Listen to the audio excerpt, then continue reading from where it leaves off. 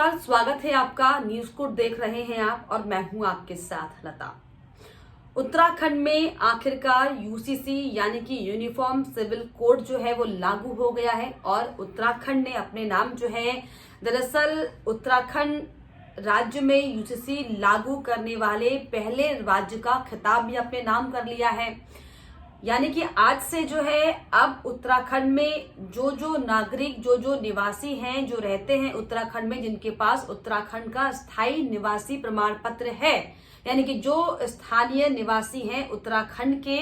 उनके लिए चाहे वो हिंदू हो, चाहे वो मुस्लिम हो, चाहे वो ईसाई धर्म के हो, चाहे वो बौद्ध धर्म के हो, किसी भी धर्म के लोग हो, उनके लिए दरअसल अब सारे जो नियम कानून है, चाहे शादी ब्याह को लेकर हो, चाहे तलाक को लेकर हो, चाहे जमीन जायदाद से जुड़ा मामला हो, अब तमाम इन मामलों को लेकर जो है एक कानून उत्तराखंड में लागू कर दिया गया है, जिसका नाम है यूनिफॉर्म सिविल कोड। यानी कि अब इसी यूनिफॉर्म सिविल कोड तहत इस नियम के तहत जो है उत्तराखंड में जो है शादी और तलाक का विषय तय होगा। इसी नियम के तहत जो है जमीन जायदाद से जुड़ी कोई भी क्वेरी होगी, कुछ संपत्ति बेटी को दी जाए या फिर बेटे को दी जाए, उसको लेकर भी इसमें प्रावधान साफ तौर पर रखेगा। और खास तौर पर सबसे ज्यादा अहम ये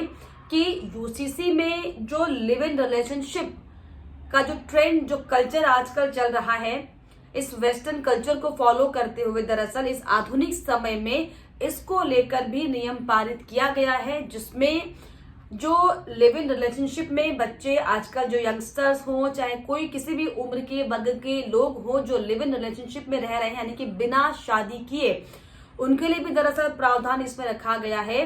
तो तमाम जो है समाज के वो तबके जो उत्तराखंड में रहते हैं, अलग अलग जाति धर्म के हैं, उन सबके लिए अब एक कानून होगा। और ऐसे में अब उत्तराखंड में आज से क्या बदल जाएगा, ये समझना अब जरूरी बहुत ज्यादा हो जाता है, क्योंकि हालांकि लंबे समय से हम यूसीसी को लेकर बात कर रहे थे, इसके प्रावधानों को लेकर बात कर रहे थे, कानूनों को लेकर बात कर रहे थे कि ऐसा होगा, वैसा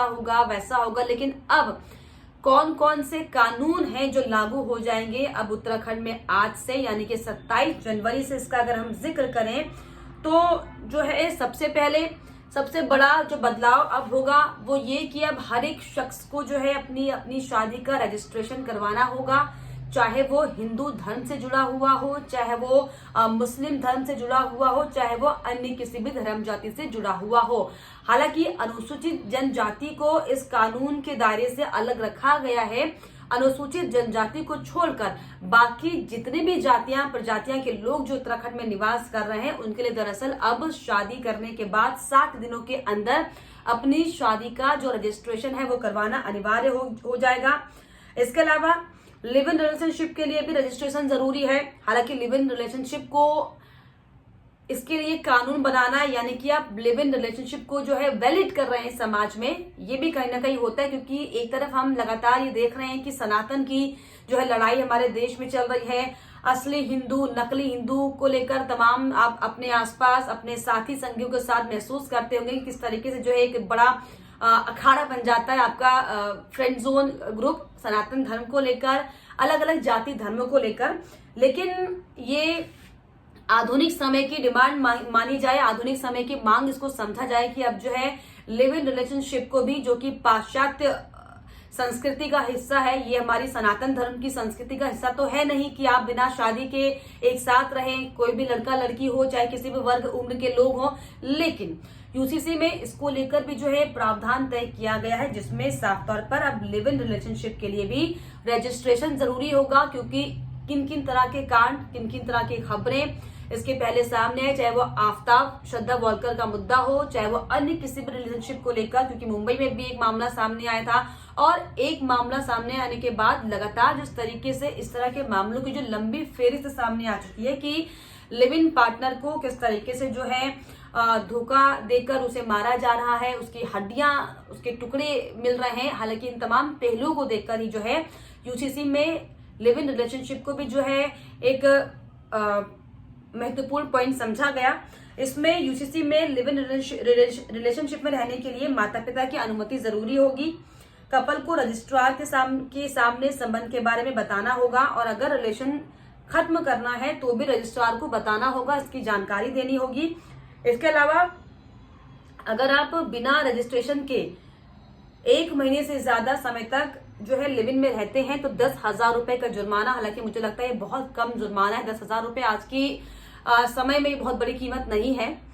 इसके लिए लगता है कि थोड़ा ज्यादा जुर्माना होना चाहिए ताकि लोग बचे इन चीजों से, और माता पिता को कोई बताकर लिव इन में रह नहीं सकता तो 10,000 रुपए भरपाई करना मुझे लगता है कि आज के समय में बहुत ज्यादा आसान हो जाएगा। तो जुर्माना की राशि जो है मुझे लगता है कम है, आपको क्या लगता है कमेंट करिएगा। तो रजिस्टर्ड कपल की सूचना रजिस्ट्रार उनके माता पिता को देगा। ये जानकारी हालांकि जो है पूरी तरीके से गोपनीय होगी। इसके अलावा एक और जो है लिव इन रिलेशनशिप से ही जुड़ा एक बड़ा महत्वपूर्ण टॉपिक जिसको तरजीह यहाँ पर दी गई है यूसीसी में, वो है लिव इन में जन्मा बच्चा लीगल होगा। तो हालांकि ये कानून के प्रावधान के तहत जो चीजें की गई जो कि इम्पोर्टेंट है आज के जमाने में, आज के समय में, लेकिन दरअसल सवाल इन तमाम लीगलाइजेशन के बीच में ये भी खड़ा हो जाता है कि आखिर हम क्यों इस तरह की चीजों को अपने कानून में रख रहे हैं जिससे कि वो एक वैलिडेशन का पॉइंट बन जाए। क्योंकि अगर हम लिव इन रिलेशनशिप को पुख्ता कर रहे हैं, क्योंकि सही है या गलत है इसकी जो है चर्चा मैं और आप नहीं कर सकते, सबका अपना अपना जो है पर्सनल पॉइंट ऑफ व्यू होता है इन चीजों को लेकर। लेकिन अगर सरकार की तरफ से या फिर किसी संवैधानिक तौर पर जो है इसको लागू कर दिया जाता है तो कहीं ना कहीं हम इस तरह की चीजों को वैलिडेट कर रहे हैं हमारे समाज में एग्जिस्ट करने के लिए। क्योंकि पहले तो लिव इन रिलेशनशिप को ही जो है आपने पुख्ता कर दिया कि आपको रजिस्टर करना होगा, 10,000 रुपए की कीमत नहीं तो लगेगी। इसके अलावा क्योंकि अक्सर ऐसा होता है कि जब 2 लोग साथ में रहते हैं एज एन कपल, तो कई बार ही ऐसा होता है कि उनके बीच में एक नया जो है परिवार का मेंबर जुड़ जाता है, और उसके बाद क्योंकि कमिटमेंट लोग नहीं करना चाहते तो ऐसे में जो बच्चे की जिंदगी है वो दरअसल कहीं ना कहीं अधर में लटक जाती है। और उसी को देखते हुए यूसीसी में ये भी प्रावधान रखा गया कि लिव इन में जन्मा बच्चा लीगल होगा और लिव इन में पैदा हुए बच्चे को लीगल माना जाएगा। हालांकि इससे क्या असर उस बच्चे की मानसिक स्थिति पर पड़ेगा, आने वाले भविष्य की पीढ़ी पर पड़ेगा, क्योंकि बच्चा लीगल होगा लेकिन पेरेंट्स लीगल नहीं होंगे, तो ये भी एक बहुत ही अलग तरह की जो है एक माहौल को जन्म देने वाली चीजें हैं। दरअसल ये एक बड़ा प्रावधान है जिसमें साफ तौर पर जो है लिव इन रिलेशनशिप में पैदा हुए बच्चे को लीगल मान लिया जाएगा। हालांकि इसको लेकर ये भी कहा गया है कि रिलेशनशिप टूटने के बाद जो है महिला गुजारे भत्ते की मांग कर सकती है।